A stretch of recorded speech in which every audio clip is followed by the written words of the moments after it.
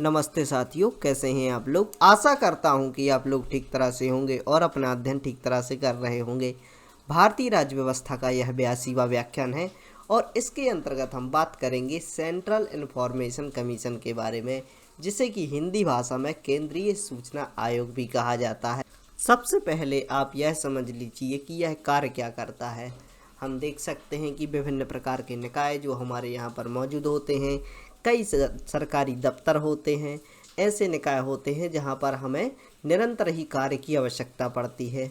हम किसी भी अपने कार्य को कराने के लिए वहाँ पर जाते हैं और हम देख सकते हैं कि वहाँ पर हमारे कार्य अच्छे तरीके से नहीं होते और हम वहाँ से असंतुष्ट होते हैं और इसकी जानकारी की आवश्यकता हमारे लिए पड़ती है।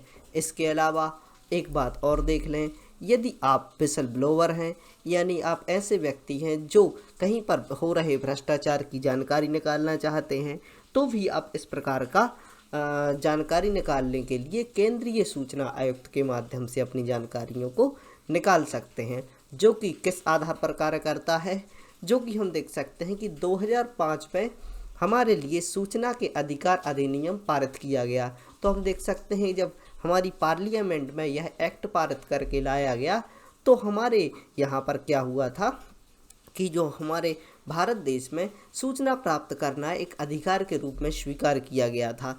तो हम देख सकते हैं कि इसको स्वीकार कराने के लिए एक बॉडी भी होनी चाहिए, यानी हम शिकायत करने जाएंगे तो कहाँ पर जाएंगे। तो उसके लिए इसी मांग को आगे देखते हुए केंद्रीय सूचना आयोग का निर्माण कर दिया गया, जो कि कहाँ से 2005 के सूचना के अधिकार अधिनियम यानी एक्ट से प्रेरित था। चलिए, तो आपने समझा कि यह निकाय क्या कार्य करता है और कहाँ से प्रेरित होकर निकलता है। अब उदाहरण के तौर पर आप समझ सकते हैं, यदि कोई दफ्तर है और उसकी सूचना यदि आपको प्राप्त करनी है तो आप केंद्रीय सूचना आयोग में शिकायत करेंगे और वहाँ से आपको जानकारी प्राप्त होगी। चलिए, तो ये सब थी बेसिक जानकारी। अब थोड़े से इसके संवैधानिक प्रावधानों को हम समझने का प्रयास करेंगे, किस प्रकार से यह कार्य करता है उसको समझने का प्रयास करेंगे, जिससे कि क्या होता है आपकी परीक्षा में क्वेश्चन बनते हैं, तो उसको हम इस व्याख्यान में समझने का प्रयास करेंगे। उससे पहले मैं आपको एक आइडिया बताऊंगा। क्या आइडिया है? जो कि आपकी शिक्षा से संबंधित है। आप किस प्रकार से इन लेक्चर्स को सुन सकते हैं, याद रख सकते हैं। सामान्यतः जो आपकी अध्ययन होती है, जो पढ़ाई होती है, वह बोरिंग टाइप होती है। आप जैसे ही अध्ययन करने बैठते हैं तो आपका ध्यान नहीं लगता और हम देख सकते हैं, और यदि उसमें उस सब्जेक्ट में यदि आप रुचि नहीं लेते हैं तो आप यहाँ वहाँ की बातें बीच में सोचने लगते हैं। लेकिन एक अच्छा आइडिया है जिसके माध्यम से आप उस चीज़ में जुड़ पाएंगे। सबसे पहले तो जो भी बात हो रही है उसके लिए आप सेटिस्फाइड होइए, आपकी सहमति होनी चाहिए कि आपको वह स्वीकार करनी है, आपको वह लेक्चर सुनना है। लेक्चर बस इतने के लिए नहीं सुनना है कि सामने लेक्चर आ गया, इसको फुलफिल करना है। जैसे कि हमारे स्कूल में पीरियड आया करते थे, वैसे ही पीरियड लगता था और उसको 1 घंटे तक हमें कैसे भी करके, यदि आपकी उस सब्जेक्ट में रुचि हो या ना हो, तो उसको निकालना पड़ता था। तो सबसे पहले तो आपको रुचि पैदा करनी है। इसके अलावा हम देख सकते हैं कि जैसे आप कोई भी मान लो आप कहीं पर घूमने जा रहे हैं और आपके साथ 4 मित्र हैं और चारों से आपकी बनती है, और इसके अलावा एक कोई व्यक्ति है जिससे बनती नहीं है और कोई अलग से आपके साथ घूमने के लिए आ गया है, तो उससे पहचान करने के लिए आप क्या करते हैं, धीरे धीरे उससे आप जानकारियां जुटाते हैं, उसके मज़े लेते हैं और उन मज़े लेते लेते आप उसके बारे में, उसको किस तरह से गुस्सा आता है, किस तरह से वो अच्छे से बिहेव करता है, यह सब बातें उसके बारे में जानने लगते हैं। तो इसी प्रकार का आइडिया आपको कहाँ पर अपनाना है, यहाँ पर जब आप अध्ययन करते हैं। अब आपके सामने आ गया सूचना आयोग। अब ये सूचना आयोग क्या कार्य करता है, तो आपके पास क्या है, आप बहुत मतलब स्मार्ट बच्चे हैं और आपको क्या करना है, इसके मज़े लेने हैं। इसको ऐसे नहीं लेना है कि ये कोई बड़ी चीज़ है, इसको ऐसे समझना है कि यह एक छोटी सी चीज़ है और मज़े लेते हुए इसको आपको टैकल करना है या समझना है। तो आपको ऐसा होना चाहिए, अपने अंदर से इतना कॉन्फिडेंस होना चाहिए कि यह तो चीज़ आसान है और आराम से समझ लेंगे, इसको मज़े लेते हुए समझेंगे। सूचना आयोग, सूचना क्या है, किसी भी प्रकार की जानकारी को प्राप्त करना। और क्यों बनाया गया, ये जो कि हम देख सकते हैं भारतीय महाद्वीप में या भारतीय क्षेत्र में ऐसी समस्याएं थी कि सरकार जो भी वर्क करती थी उनके कार्यों के बारे में हमें जानकारी आसानी से प्राप्त नहीं हो पाती थी। और हम देख सकते हैं कि किसी भी कार्यालय में आप जाकर कहेंगे कि आपने यह जो भर्तियां की हैं किस आधार पर की हैं, किस प्रकार से आपने यहाँ पर डॉक्यूमेंट लगाए हैं, तो आपको बाहर कर देंगे, कह देंगे कि आपको क्या करना है, या फिर हम कोई सरकारी जानकारी आपके साथ साझा नहीं कर सकते। लेकिन क्या हुआ, जब 2005 में अधिनियम लाया गया तो उसके बाद यह सब बातें कोई भी निकाय नहीं कर सकता था। आप जाकर आरटीआई फाइल कर देंगे तो उसको क्या करना पड़ेगा, अपनी जो भी जानकारी है वह सरकारी माध्यम से आपको देनी पड़ेगी। चलिए तो आगे देखते हैं इसके बारे में, संवैधानिक प्रावधानों को समझने का प्रयास करते हैं और आइडिया जो आपको बताया है वह आप हर लेक्चर में लगा सकते हैं। अब देख सकते हैं केंद्रीय सूचना आयुक्त, अब तो अपन मज़े ले रहे हैं, ठीक है। तो आवश्यकता क्या पड़ी, इसके लिए आवश्यकता क्यों पड़ी, तो हमारे पास पूर्व में जानकारी प्राप्त करने के लिए कोई ऐसा साधन नहीं था जिससे कि हम सरकारी तौर पर किसी भी निकाय की जानकारी को प्राप्त कर सकें। तो इसी चीज़ को महसूस करते हुए केंद्रीय सूचना आयुक्त का निर्माण किया गया या इसको बनाया गया। तो हम देख सकते हैं यह प्रेरित कहाँ से था, 2005 में एक अधिनियम लाया था। बरसों से ही मांग उठ रही थी कि सूचना का अधिकार होना चाहिए। जैसे आपके पास क्या होता है, आपके पास शिक्षा के अधिकार हैं, आपको वाक स्वतंत्रता, बोलने का अधिकार है, शोषण के विरुद्ध अधिकार है, और उसी प्रकार आपको सूचना का भी अधिकार होना चाहिए कि हमारी जो टैक्स पेयर की मनी जा रही है, हम जो आपके लिए टैक्स पे कर रहे हैं, क्यों कर रहे हैं, ताकि हमारे लिए आप वेल्फेयर की स्कीम चलाएं, और हमारी द्वारा पैसा जो आपके यहाँ पर भेजा जा रहा है, जो टैक्स दिया जा रहा है, वही आपके द्वारा खर्च किया जा रहा है। तो उस पैसे की जो जांच होती है, किस प्रकार से खर्च किया जा रहा है, किस तरह से आप वैकेंसी निकाल रहे हैं, किस तरह से आपका मेरिट सिस्टम चल रहा है, तो उसकी जानकारी हमें भी होनी चाहिए, यानी जनता को भी होनी चाहिए। तो जनता को सूचना का अधिकार दिलाने के लिए यह एक्ट लाया गया, और इसी एक्ट से प्रेरित होकर क्या बनाया गया, सूचना आयुक्त को बनाया गया। अब सूचना का अधिकार, किसी प्रकार की सूचना की मांग को देखते हुए संसद में क्या किया गया, सबसे पहले हम देख सकते हैं कि सूचना की जो मांग हो रही थी, तो उसको देखते हुए एक नॉर्मल सी बात है, कोई भी जैसे कि हम देख सकते हैं हमारे मेंबर्स ऑफ पार्लियामेंट होते हैं, जो हमारे सांसद होते हैं, तो क्या करते हैं, वो अपना वर्चस्व दिखाने के लिए उनके क्षेत्र में या भारत देश में जो भी मामले उठ रहे होते हैं उन पर क्या करते हैं, बिल लेकर आते हैं, ताकि वह सामने से दिखाई पड़े। तो क्या करते हैं, कोई भी यहाँ पर मेंबर्स उठा और मेंबर के द्वारा बिल लाया गया। अब यह जो बिल लाया गया वह संसद के दोनों सदनों में प्रस्तुत किया गया, इसको लोकसभा एवं राज्यसभा में प्रस्तुत कर दिया गया, तथा प्रस्तुत करते ही इसको पास कर लिया गया। पास करने के बाद राष्ट्रपति की स्वीकारिता के साथ इसको एक्ट बना दिया गया, यानी अब यह हो गई सरकारी चीज़। तो हम देख सकते हैं यह एक गैर संवैधानिक निकाय है। गैर संवैधानिक क्यों है, यानी हम देख सकते हैं कि इसके बारे में जो सूचना का अधिकार है, तो हम देख सकते हैं जो हमने आर्टिकल पढ़े उसमें हमने नागरिकता के बाद जो हमारे मूल अधिकार आते हैं, तो मूल अधिकारों में हमने बहुत सारे अधिकार, धार्मिक स्वतंत्रता का अधिकार है, वाक स्वतंत्रता का अधिकार है, शोषण के विरुद्ध अधिकार है, अस्पृश्यता का अंत होना चाहिए, विभिन्न प्रकार के आर्टिकल पढ़े।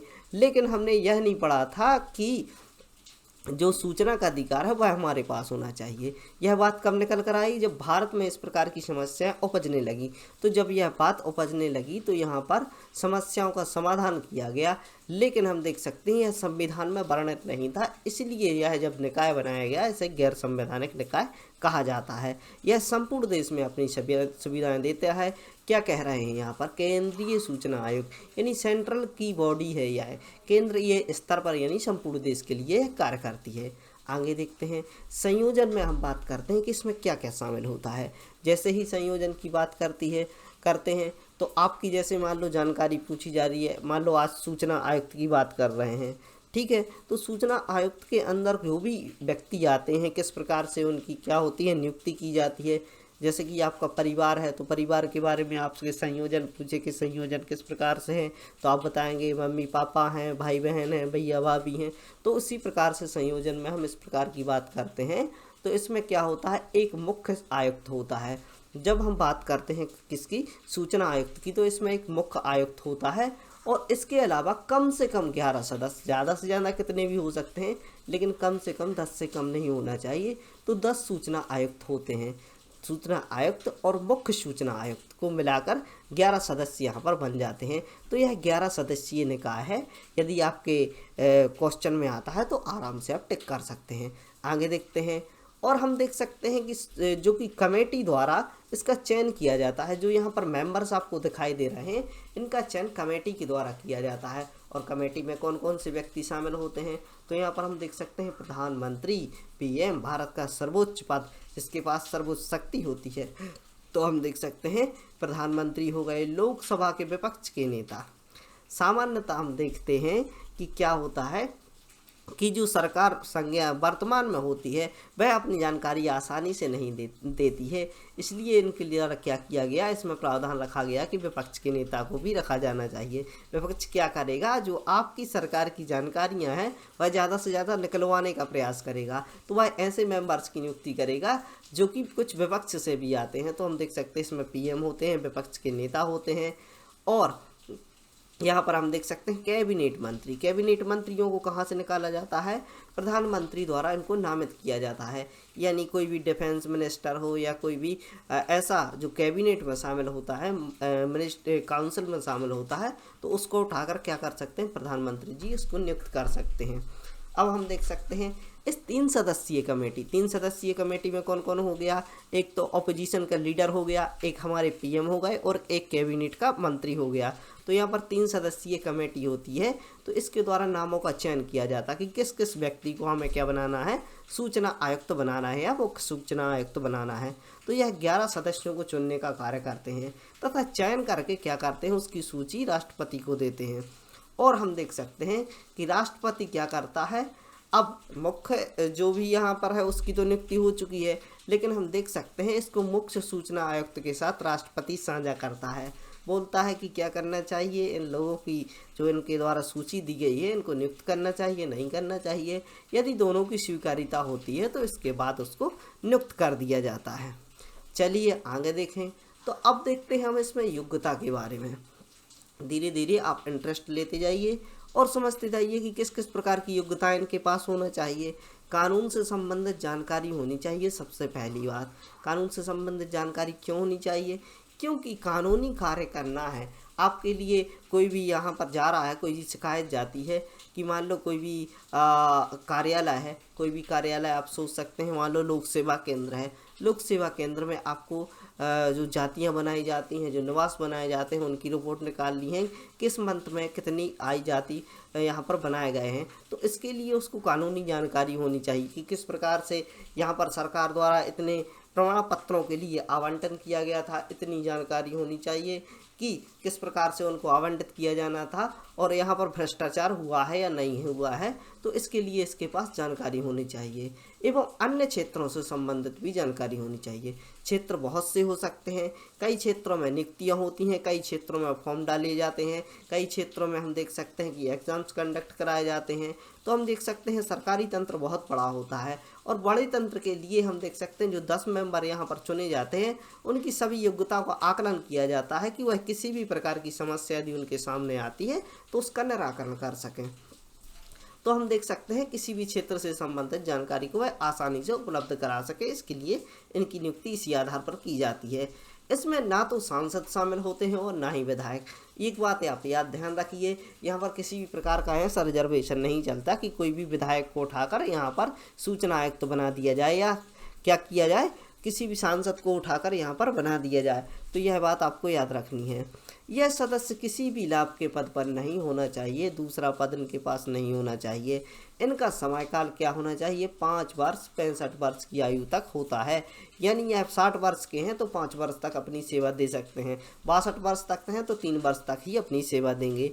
एक बार नियुक्ति किए जाने के बाद पुनः इनको नियुक्त नहीं किया जाता। यानी हम देख सकते हैं कि किसी भी प्रकार से इनको लालच नहीं दिया जा सकता, क्योंकि इनकी नियुक्ति एक बार ही होती है और सेवा शर्तें ही एक बार निर्धारित कर जाती हैं। उसके बाद समस्त कार्यकाल तक इनका जो कार्यकाल चलता है वही सेवा शर्तें होती हैं और वही उनका क्या होता है, पद होता है। इसके बाद इनको अन्य पद नहीं दिया जाता। अब हटाए जाने की प्रक्रिया को समझ लें। यानी यदि इनको हटाया भी जाएगा तो कौन कौन ऐसे कारण होंगे जिनके कारण इन्हें हटा दिया। यदि यह बैंकक्रप्ट हो जाते हैं, किसी बैंक का पैसा लेकर क्या कर देते हैं, फरार हो जाते हैं और उसका पैसा खा जाते हैं और उसके द्वारा दिवालिया घोषित कर दिया जाता है, तो इनको पद से हटा दिया जाएगा। इतना गैर जिम्मेदार व्यक्ति हमें नहीं चाहिए। यदि राष्ट्रपति की जानकारी में यह प्राप्त होता है कि वह किसी लाभ के पद पर बैठा है, तो राष्ट्रपति जी बोलेंगे कि हाँ लाभ के पद पर हो, चलो आपको हटा दिया जाता है। यदि इनकी शारीरिक स्थिति व मानसिक स्थिति कमज़ोर है, किसी भी तरह से समझ में आता है कि ये गजनी टाइप का इंसान है, बार बार चीज़ों को भूल जाता है, शारीरिक तौर पर इस प्रकार से कमज़ोर है कि सीट पर बैठे बैठे नींद लग जाती है, अल्जाइमर की शिकायत है, भूलने की बीमारी है, या शारीरिक रूप से या हम देख सकते हैं अस्वस्थ है, तो उसको भी यहाँ से हटा दिया जाएगा। इनके द्वारा किसी भी प्रकार का यदि भ्रष्टाचार किया जाता है, जानकारी लेने के संबंध में यदि पाया जाता है कि इसने पैसे ऐसे लिए हैं, घूसखोरी की है, तो भी उसको हटा दिया जाएगा। अतिरिक्त में हम देखें तो यह यदि दुर्व्यवहार भी करता है तो इसको हटा दिया जाएगा। यह कार्य करने में असक्षम होता है, किसी भी प्रकार की रिपोर्ट मांगी जाती है तो उस पर सही तरीके से यदि कार्य नहीं करता तो क्या होता है, इसको असक्षम घोषित भी किया जा सकता है। लेकिन हम देख सकते हैं कि इसकी जांच किसके द्वारा, राष्ट्रपति द्वारा की जाती है। लेकिन हम देख सकते हैं कि राष्ट्रपति द्वारा जो जांच की जाती है, इसके संबंध में सुप्रीम कोर्ट के न्यायाधीश भी इसकी जांच करते हैं और सुप्रीम कोर्ट के न्यायाधीश द्वारा सलाह दी जाती है इसको हटाइए या नहीं हटाइए। लेकिन हम देख सकते हैं कि राष्ट्रपति यहाँ पर पावरफुल हो जाते हैं, क्योंकि यह न्यायाधीश की सलाह मानने के लिए बाध्य नहीं होते। यदि न्यायाधीश द्वारा बोला जाता है कि इसको हटा दिया जाए तो यह हटा नहीं सकते, हटाना चाहें या ना हटाना चाहें यह इनके हाथ में होता है। तो इनकी किसी भी प्रकार की जो बातें होती हैं वो भी राष्ट्रपति पर बाध्य नहीं होती हैं। चलिए आगे देखते हैं, सेवा शर्तें देख लेते हैं कि किस प्रकार से इनको सेवा शर्तें दी जाती हैं, किस प्रकार से इनको वैसे मुहैया कराए जाते हैं, रहने खाने की सुविधाएं उपलब्ध कराई जाती हैं। मुख्य सूचना आयुक्त की जो तनख्वाह होती है मुख्य निर्वाचन आयुक्त के समान होती है। अब आप देख रहे होंगे कि यदि आपने मुख्य निर्वाचन आयुक्त का लेक्चर सुना होगा तो आपको पता होगा कि इसकी कितनी सेवा शर्तें हैं, तो यहाँ से आप पता कीजिए। और हमने देखा कि मुख्य निर्वाचन आयुक्त की जो सेवा शर्तें होती हैं, हम देख सकते हैं कि वह सुप्रीम कोर्ट के न्यायाधीश के बराबर होती हैं। तो इस प्रकार से भी प्रश्न पूछ लिए जाते हैं कि चूँकि सुप्रीम कोर्ट के न्यायाधीश हो गए, मुख्य निर्वाचन आयुक्त हो गए, मुख्य सूचना आयुक्त हो गए, तो इनकी तनख्वाहें वगैरह भी कितनी होती हैं, तो आपको यह याद रखना है कि इनकी इक्वल होती हैं, एक समान होती हैं, तो भी आपको इतनी जानकारी होनी चाहिए। सूचना आयुक्त की सेवा शर्तें निर्वाचन आयुक्त के समान होती हैं। तो यहाँ पर आप देख लीजिए कि मुख्य सूचना आयुक्त, मुख्य निर्वाचन आयुक्त, सूचना आयुक्त, निर्वाचन आयुक्त, तो इस प्रकार से आपको सिमिलर इनकी जो सेवा शर्तें हैं वह होती हैं। सेवा शर्तों में नियुक्ति के बाद परिवर्तन नहीं किया जाता, जो कि आपको याद रखना है, किसी भी प्रकार का दबाव ना बनाया जाए, इसके लिए इनकी सेवा शर्तें एक ही बार में निर्धारित कर दी जाती हैं।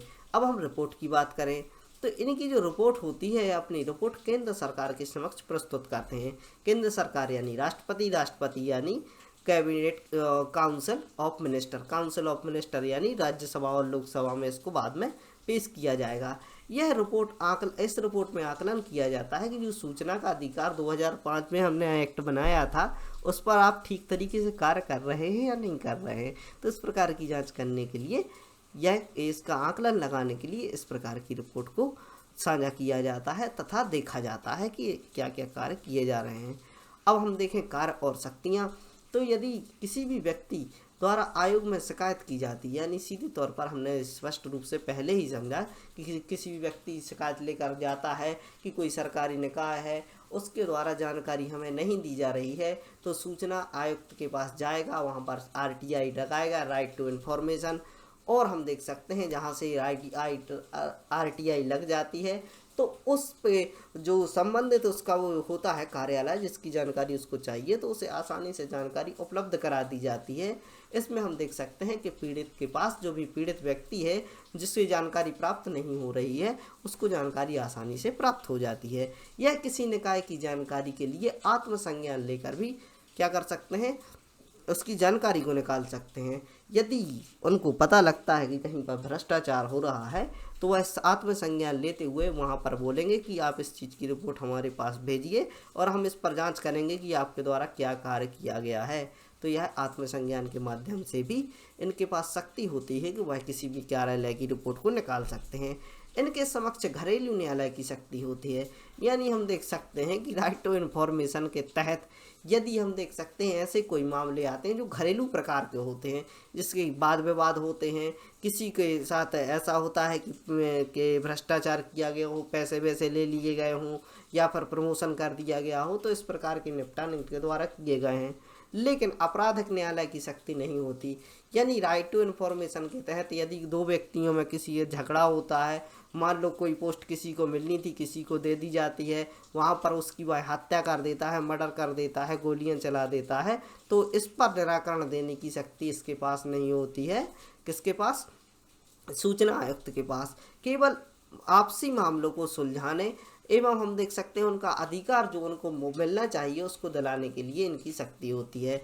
यह सरकार से किसी भी प्रकार की पब्लिक रिपोर्ट को प्राप्त कर सकते हैं, यानी हम देख सकते हैं कि सरकार के द्वारा जो इनके पास पब्लिक रिपोर्ट होती हैं, जनता के लिए कई रिपोर्टें निकाली जाती हैं, जिसमें कि उनको जैसे मान लो 2011 का डाटा आया था, 2021-22 का डाटा आया, और इसमें हम देख सकते हैं कि लोगों को क्या मिलना चाहिए, उनको सिलेंडर उपलब्ध करानी चाहिए, उनके लिए मकान की व्यवस्था करानी चाहिए। पब्लिक रिपोर्ट से संबंधित किसी भी प्रकार की रिपोर्टों को यह निकाल सकते हैं और देख सकते हैं कि किस प्रकार से उनको सुविधा मुहैया करवाई गई हैं या नहीं करवाई गई हैं। तो इस प्रकार से आपने सूचना आयुक्त की महिमा को समझा कि किस प्रकार से इसकी जो कार्य होते हैं, और आपने देखा कि किस प्रकार से इनकी सेवा शर्तें होती हैं, हटाए जाने की प्रक्रिया को आसानी से समझा, सदस्यों की योग्यताओं के बारे में, संयोजन, इसके पास किस किस प्रकार के सदस्य होते हैं, किस किस प्रकार से नियुक्ति होती है, तो सारी जानकारी आपने यहाँ पर प्राप्त की।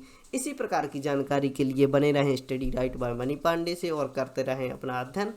आपके पॉलिटी के 82 लेक्चर आ चुके हैं और हिस्ट्री के आपके 104 लेक्चर डले हुए हैं, आप उनको आसानी से देख सकते हैं और ऐसे बच्चों तक इस व्याख्यान को पहुंचाने का प्रयास करें जो इस प्रकार की शिक्षा लेना चाहते हैं और आर्थिक समस्याओं से जूझ रहे हैं।